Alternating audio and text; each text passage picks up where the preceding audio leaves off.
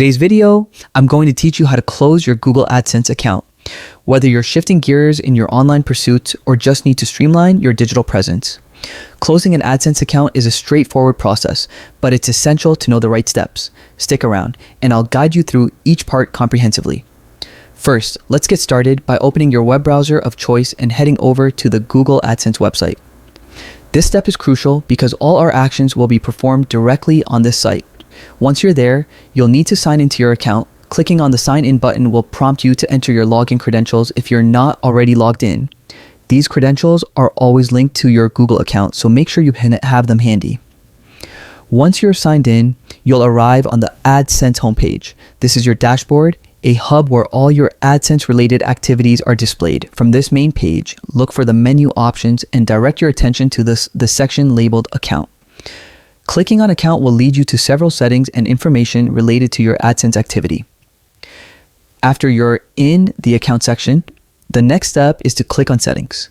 This area holds all the control elements for customizing and adjusting various facets of your account, including financial and personal information. Within Settings, you'll want to look for the option that says Account Information. Selecting this will take you deeper into the specifics of your AdSense account, presenting you with an overview of significant details.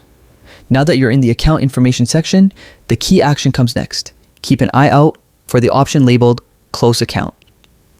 This is the pivotal choice in the process of terminating your AdSense account. However, before proceeding, ensure you've considered any pending transactions or other implications that closing your account might entail. It's wise to resolve these beforehand. Finally, click on Close Account. This action might prompt you to confirm your decision. It's a safeguard to ensure that you've thought this through, and it often provides reminders about the ramifications of closing your account, such as losing access to all related AdSense services and data. By confirming, you will complete the process, leading to the closure of your account. And that's it.